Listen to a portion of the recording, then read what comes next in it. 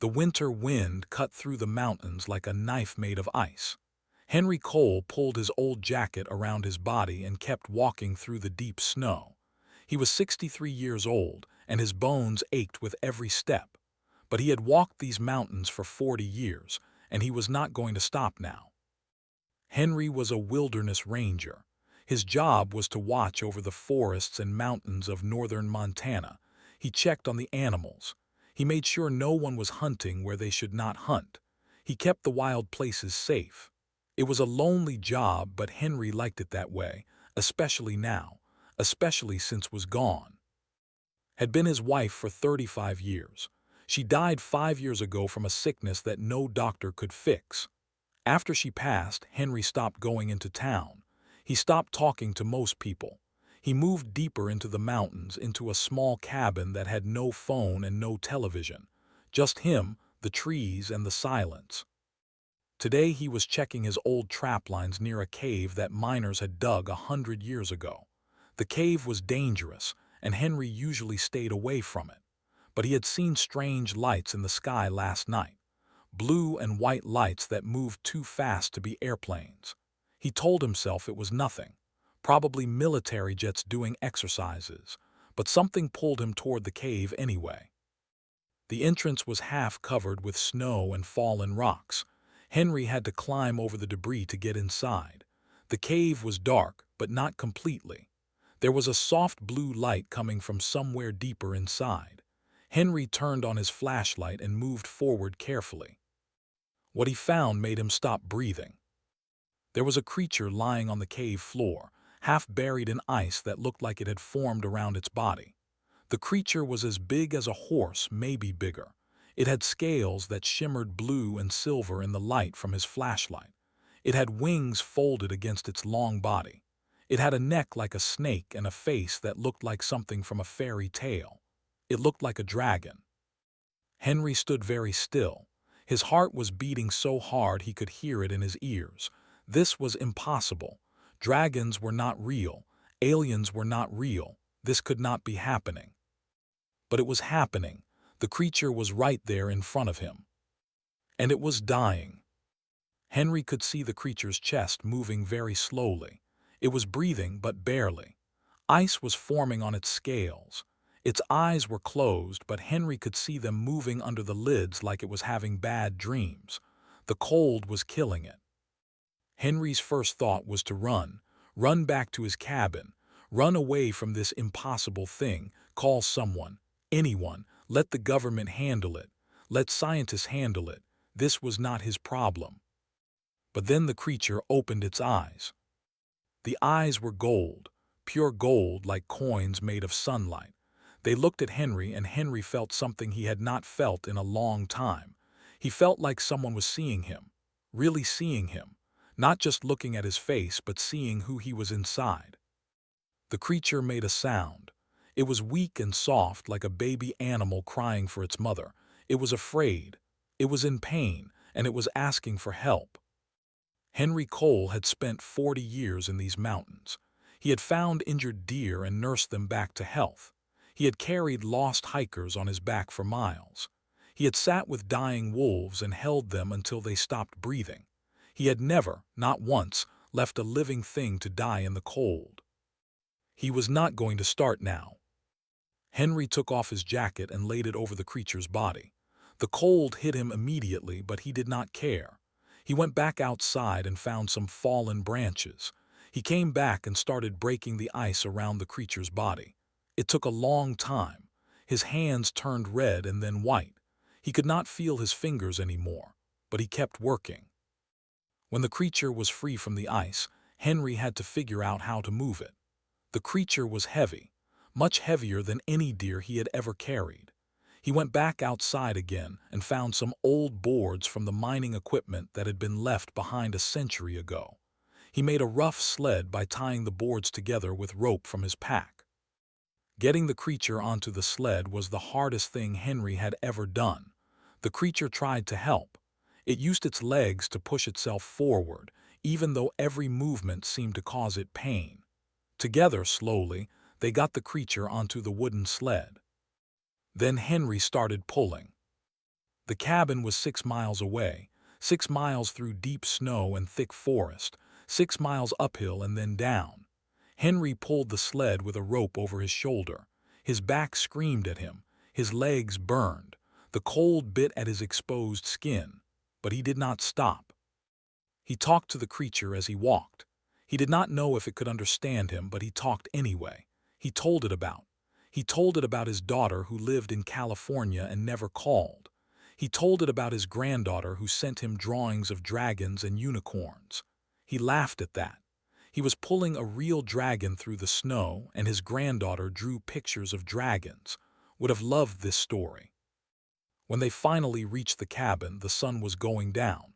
Henry was so tired he could barely stand, but he was not done yet.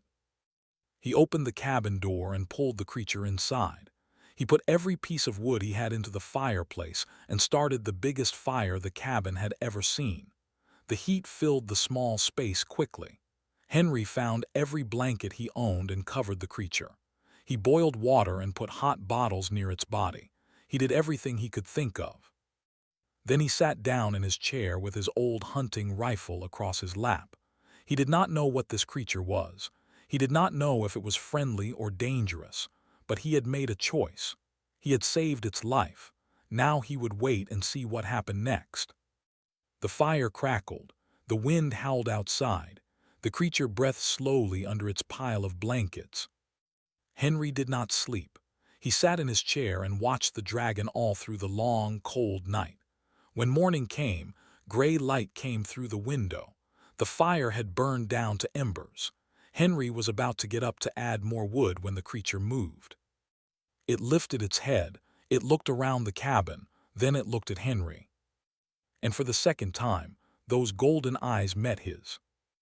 But this time they were filled with something new, something that looked like gratitude, something that looked like wonder.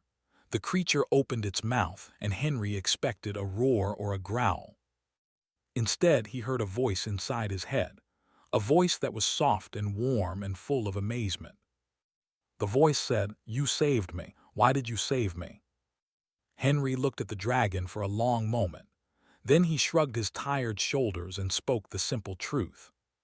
"Because you needed help," he said. "That is what we do." Voice in Henry's head was strange but not frightening. It felt like remembering a dream, like someone was speaking words directly into his thoughts without using sound. Henry sat very still in his chair and listened. The creature lifted its head higher and looked around the small cabin. It saw the fire, the blankets covering its body, the simple wooden furniture and the old photographs on the walls. It saw the picture of smiling in a summer garden. It saw everything. "I am," the voice said. "I am what your people would call we are travelers. We move between stars." Henry nodded slowly. He had read science fiction books when he was younger. He understood what she was saying, even if he could not quite believe it. "An alien," he said out loud. "Yes, an alien, though to me you are the alien." Henry thought about that for a moment. Then he stood up from his chair, his old knees cracking as he moved. "Are you hungry?" he asked. Looked at him with those golden eyes. Her head tilted to one side like a dog trying to understand a new word. "You are not afraid of me." "Should I be?" "Most species are afraid when they first meet us. They run, they attack, they scream." Henry walked to his small kitchen and started making coffee. The pot was old and the stove was powered by wood, but it worked well enough. "I have lived in these mountains for 40 years, he said.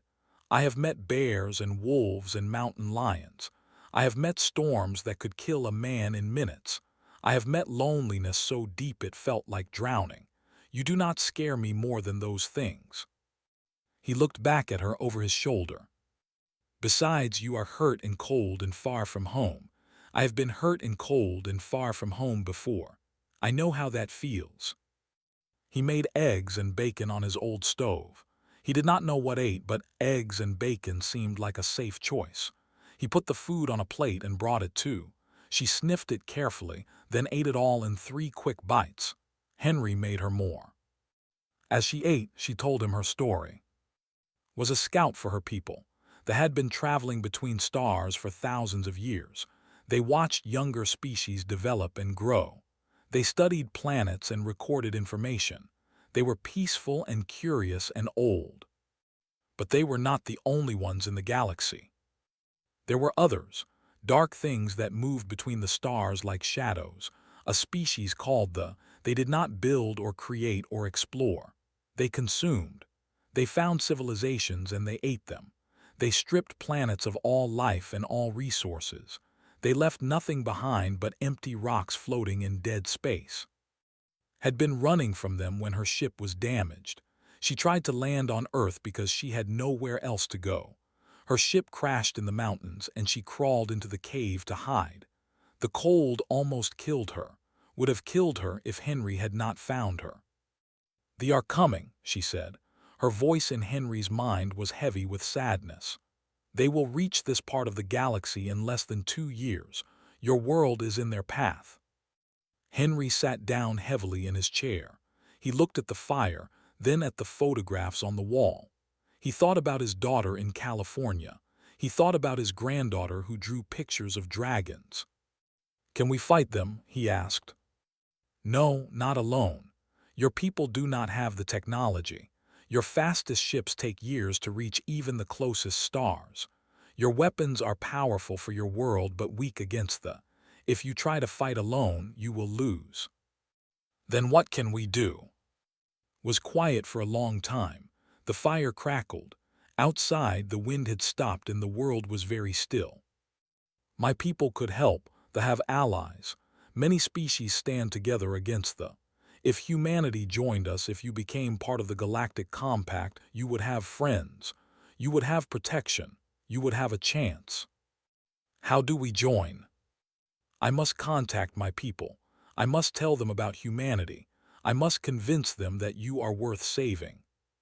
Henry frowned. "Worth saving, what does that mean?" Looked at him with something that might have been shame.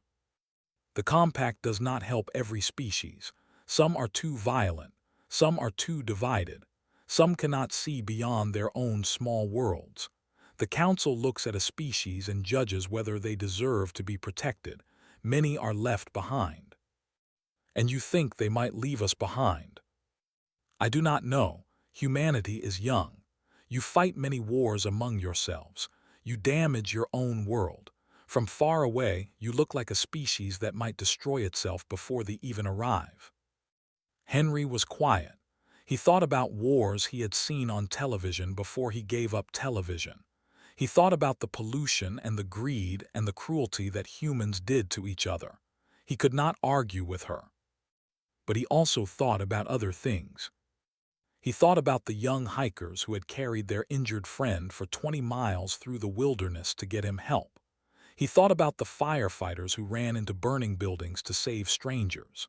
He thought about spending her last months on Earth knitting blankets for refugee children she would never meet. "We are not perfect," Henry said slowly.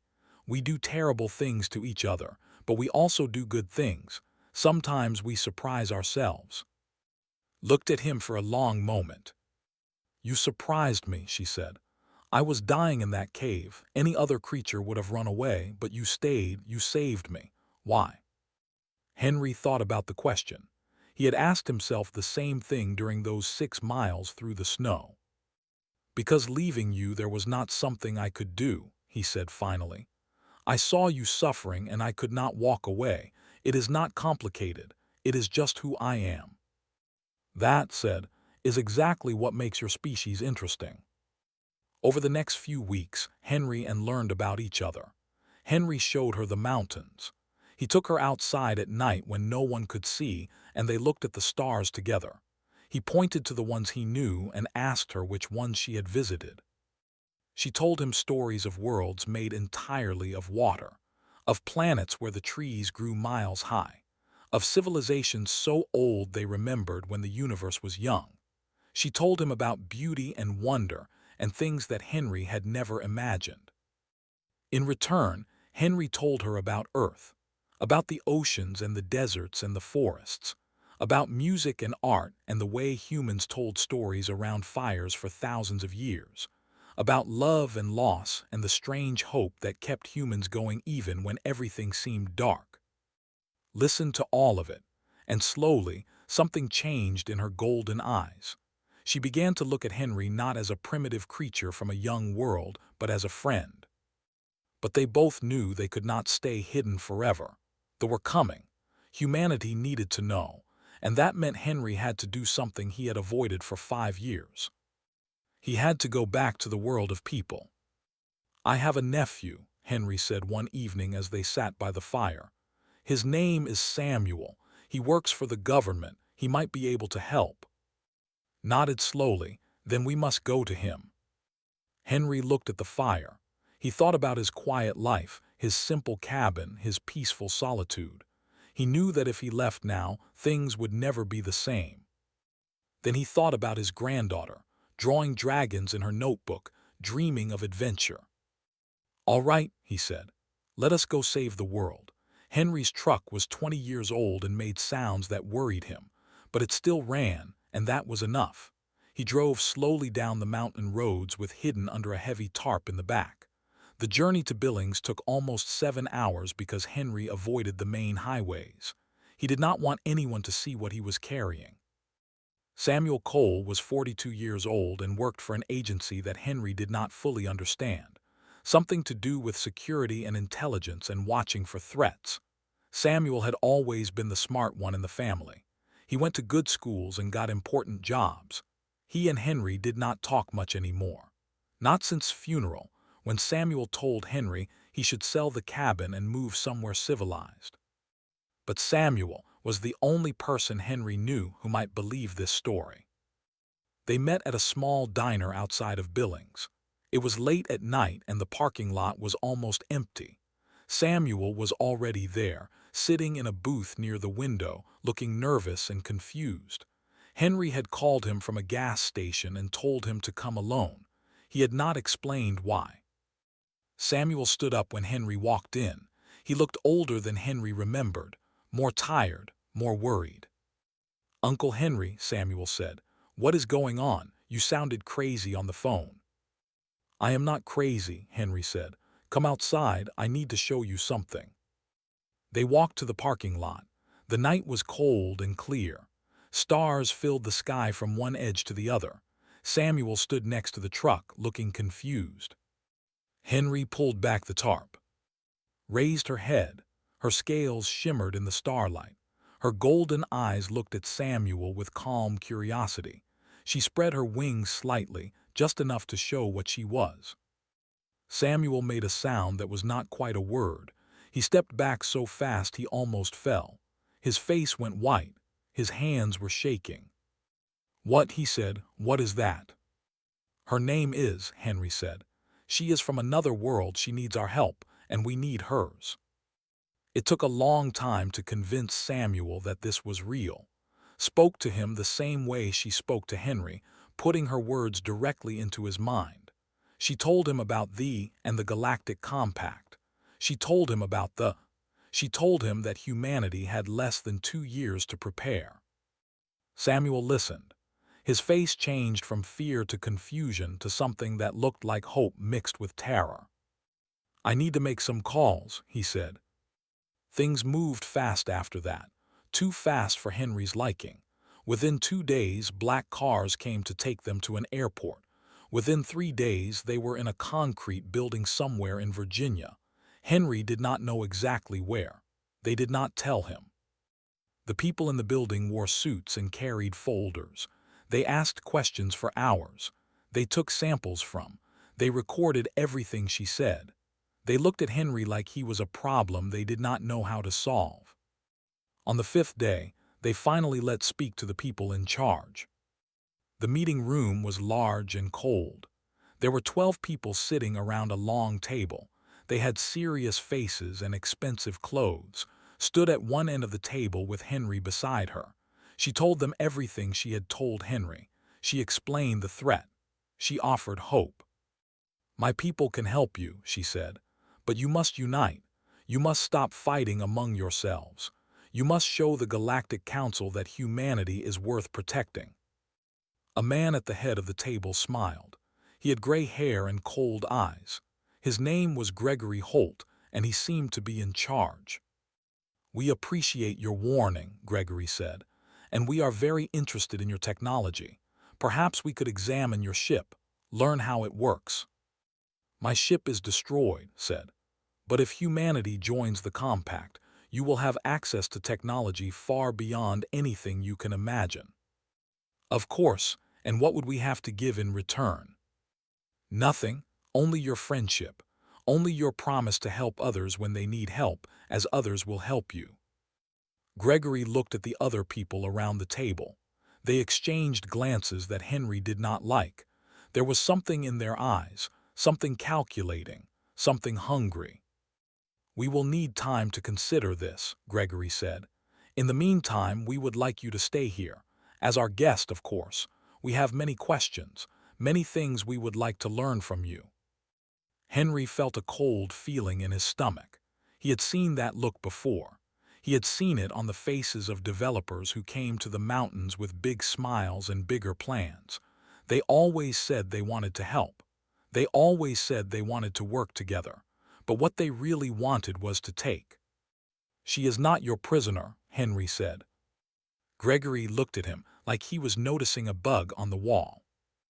"Of course not. She is our guest. You both are. But surely you understand that this is a matter of national security. We cannot simply let an alien creature wander around freely. She came here to help us. And we are very grateful. But we need to verify her claims. We need to study the situation. We need to make sure this is not some kind of trick." His voice came into Henry's mind, private and worried. "They do not believe me. They see me as a resource, not a friend. This is what I feared." Henry looked around the room at the serious faces and the cold eyes. These were powerful people, important people. They had spent their lives making deals and gathering power. They did not understand what was offering. They only saw what they could take. "We need to leave," Henry said quietly too. "I know, but they will not let us go easily." That night Henry lay awake in the small room they had given him. It was comfortable enough, but the door was locked from the outside. He was a prisoner, even if no one called him that. He thought about what to do. He was 64 years old. He was not a spy or a soldier.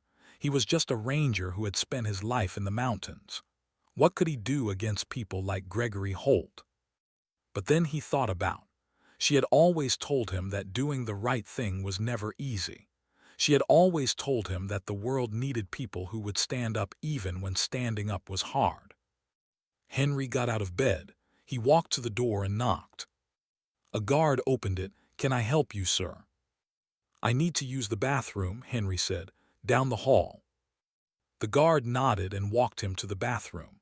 Henry went inside, closed the door, and looked around. There was a small window near the ceiling. It was not big, but Henry was thin from years of hard living. He climbed up and squeezed through the window. It was a tight fit, and he scraped his arms badly, but he made it. He dropped down into a dark alley behind the building. Then he went to find. It took him 2 hours to find where they were keeping her. He moved through the building like a ghost, using skills he had learned tracking animals through silent forests. When he finally reached her room, he picked the lock with a piece of wire he had found in a closet. 40 years of fixing broken things in the wilderness had taught him a few useful tricks. Looked up when he entered. Her golden eyes filled with something that looked like relief. "You came for me." "Of course I did," Henry said. "Now let us get out of here." They escaped through a basement door that led to a loading dock. Henry hotwired an old van that was parked outside. It was not pretty, but it worked. They drove through the night, heading west, heading toward the mountains. Behind them, alarms started to sound. Lights came on. People started shouting. But by then, Henry and were already gone. They were fugitives now, the most wanted fugitives on Earth, but they were free, and they had work to do. "What now?" asked as the sun rose over the Virginia hills. Henry kept his eyes on the road and his hands on the wheel. Now we do this the hard way, he said. We save the world ourselves. For 8 months, Henry and lived like ghosts. They moved from place to place, never staying anywhere for more than a few days. They hid in old barns and abandoned cabins. They traveled at night and slept during the day. They lived off the land and the kindness of strangers who did not ask too many questions. The government was looking for them. Henry saw his face on the news whenever they passed a television in a store window. They called him a terrorist. They called him a threat to national security. They never mentioned at all. They pretended she did not exist. But Henry and were not alone for long. The first person to join them was Lucy Barnes. She was 29 years old, a veterinarian from a small town in Wyoming. She had seen them running from government agents near a highway rest stop. Instead of calling the police, she had driven up in her old pickup truck and told them to get in. I saw something in the sky 3 months ago, Lucy said as she drove them to safety. Something that was not a plane or a helicopter. Something that moved like nothing I had ever seen. The government told me I was seeing things. They told me to forget about it, but I knew what I saw. She looked in her mirror. I knew I was not crazy. Lucy became their driver, their doctor, and their friend. She took care of when the alien got sick from Earth food. She bandaged Henry's hands when they got cut from hard work. She kept them both going when things seemed hopeless. The second person to join them was Pete Garrison.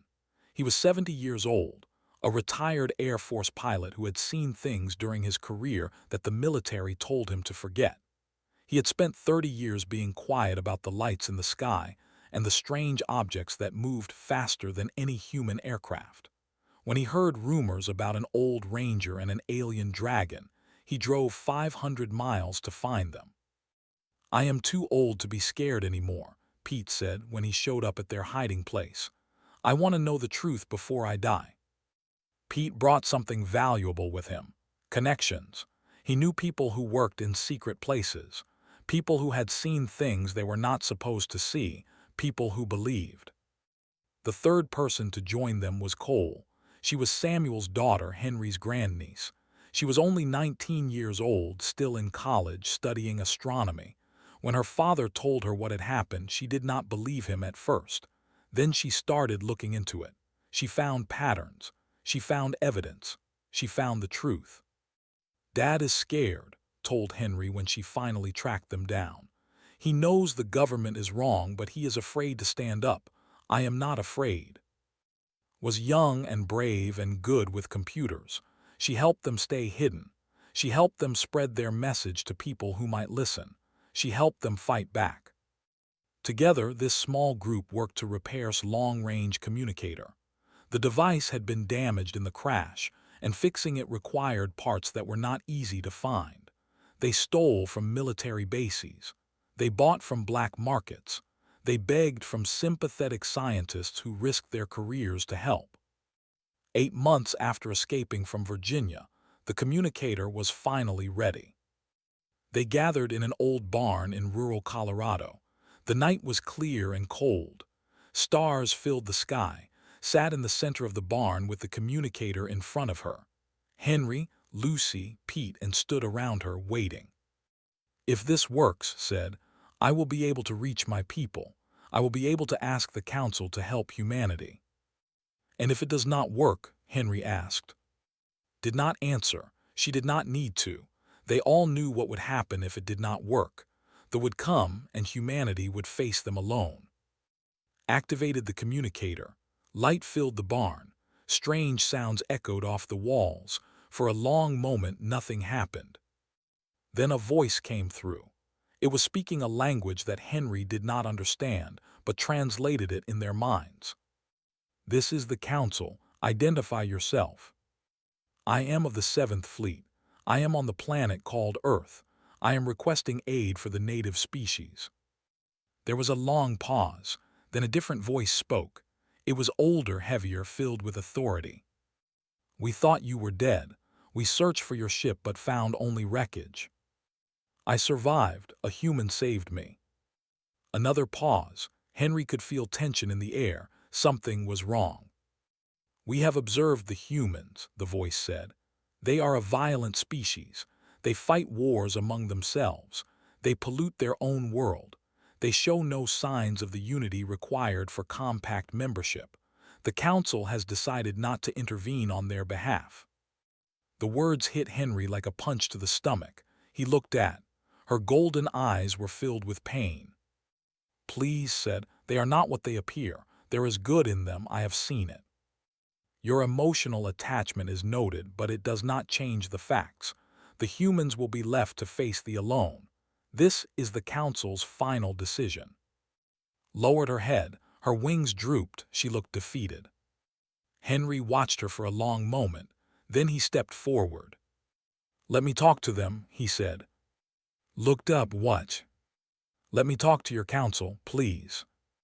"Henry, they will not listen. They have made their decision."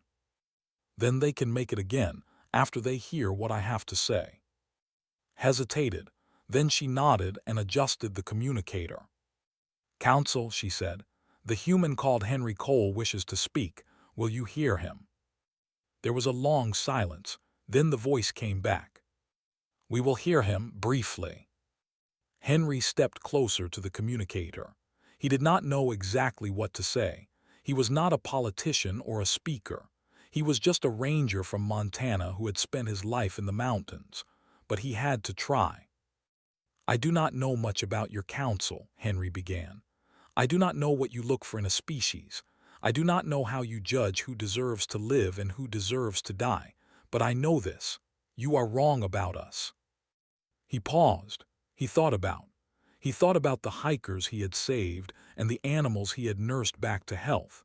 He thought about all the small acts of kindness he had seen in his 64 years on Earth. "Yes, we fight wars. Yes, we hurt each other. Yes, we do terrible things. But we also do good things. We risk our lives for strangers. We run into burning buildings to save people we have never met. We travel across the world to help people after disasters. We give our blood and our money and our time to help others who are suffering." He thought about Lucy, who had picked up 2 fugitives without hesitation. He thought about Pete, who had driven 500 miles to find the truth. He thought about who had given up her safe life to fight for something she believed in. "My wife spent the last months of her life knitting blankets. She was dying. She knew she was dying, but she did not spend her time feeling sorry for herself. She made blankets for refugee children, children from countries she had never visited, children she would never meet, children whose names she did not know. She made 237 blankets before she died." Henry's voice cracked. He had not talked about in years. It hurt to talk about her now, but he kept going. "That is who we are. Yes, we are broken. Yes, we are flawed. But we do not leave living things to die in the cold. When I found in that cave, I did not know what she was. I did not know if she was dangerous. I only knew that she was dying and that I could help, so I helped. That is what humans do. Not always, not perfectly, but enough." He took a breath. "You are looking at us from far away. You see our wars and our pollution and our violence, but you do not see the other things.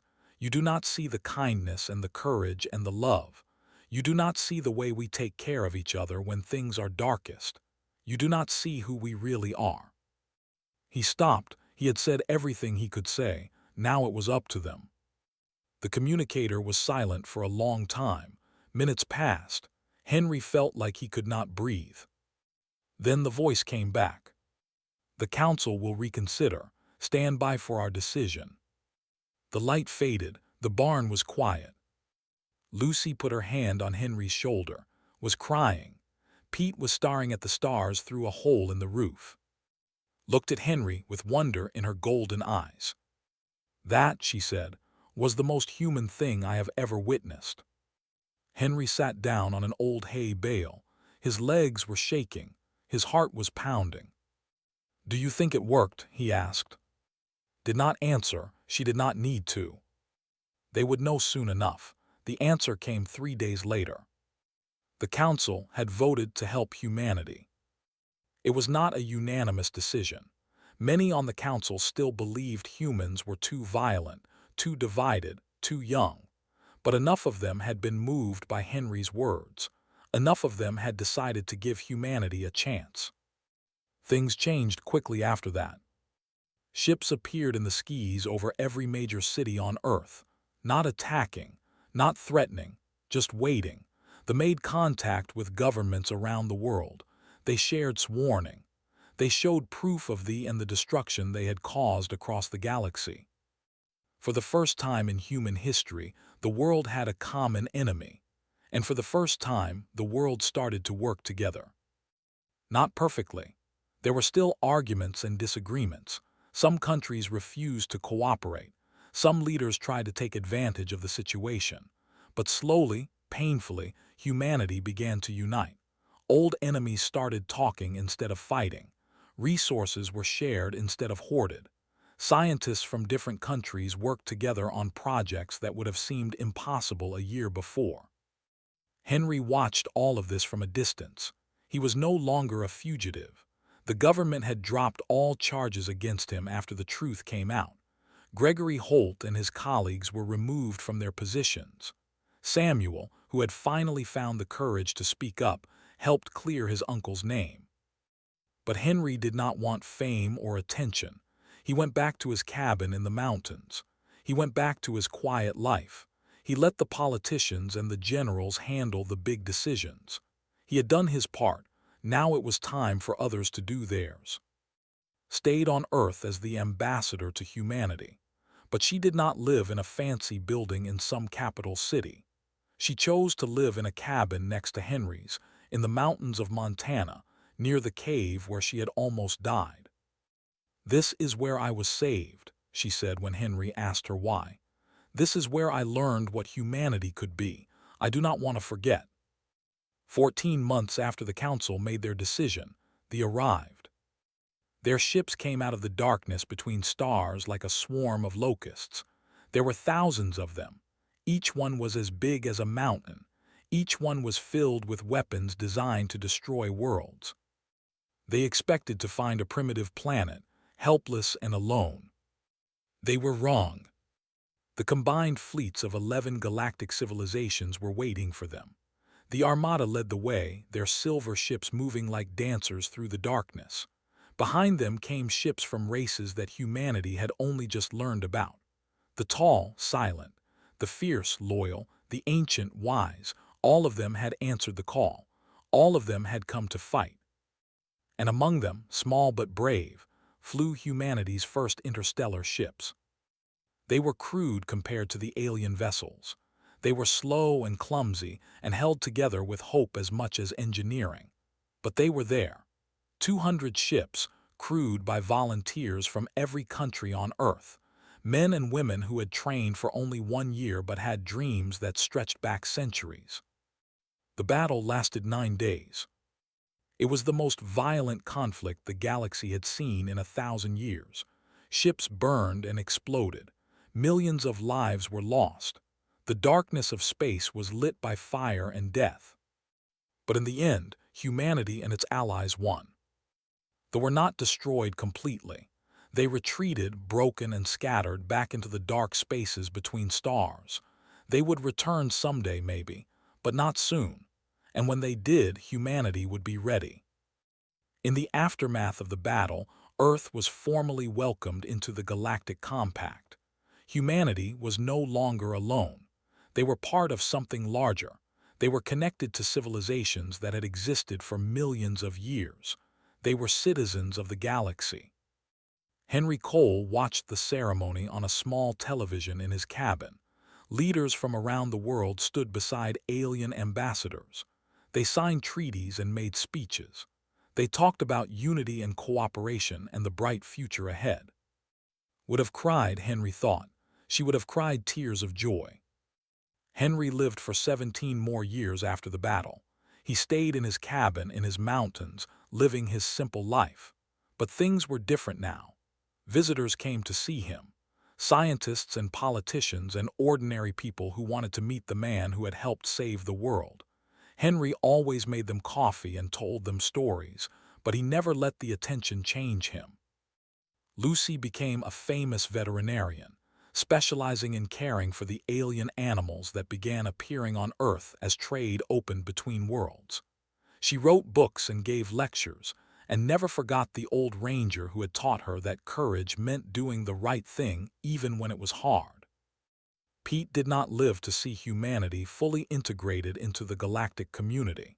He died peacefully 2 years after the battle, surrounded by friends who finally believed his stories about lights in the sky.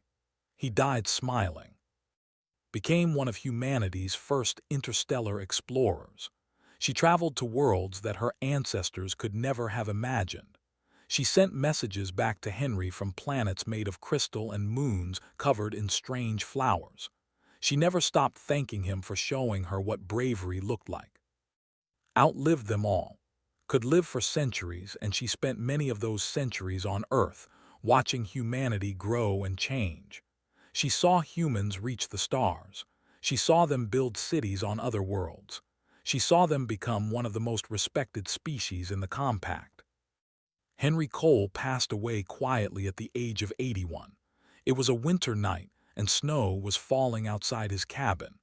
He was surrounded by family and friends who had traveled from across the galaxy to be with him. Was there, sitting beside his bed, holding his old hand in her clawed fingers. "Thank you," she said as he took his last breath. "Thank you for everything." The funeral was held on a sunny day in spring. People came from everywhere, not just Earth, but from dozens of worlds. Ships filled the sky, paying tribute to the ranger who had changed history. Spoke at the ceremony. She stood before the gathered crowd, her scales shimmering in the sunlight, her golden eyes filled with love. "I have lived for many centuries," she said. "I have traveled to worlds beyond counting. I have met creatures of every shape and size, but I have never met anyone like Henry Cole." She paused. The crowd was silent. "When I was dying in that cave, I thought my story was over. I thought I would die alone, far from home, forgotten by everyone. But Henry found me. He did not have to help me. It would have been easier to walk away. It would have been safer, but he did not walk away. He stayed. He carried me through the cold. He saved my life." She looked at the sky. "My people have a name for what Henry did. We call it the human virtue. It is the stubborn, irrational, magnificent refusal to abandon the helpless. It is the belief that every life matters, even when helping seems impossible. It is the choice to do good when doing nothing would be so much easier." She looked back at the crowd. Henry Cole did not seek to change the world. He did not want fame or power or glory. He just wanted to live a simple life in his mountains, taking care of the wild places he loved. But when the moment came when a choice had to be made, he made the right one.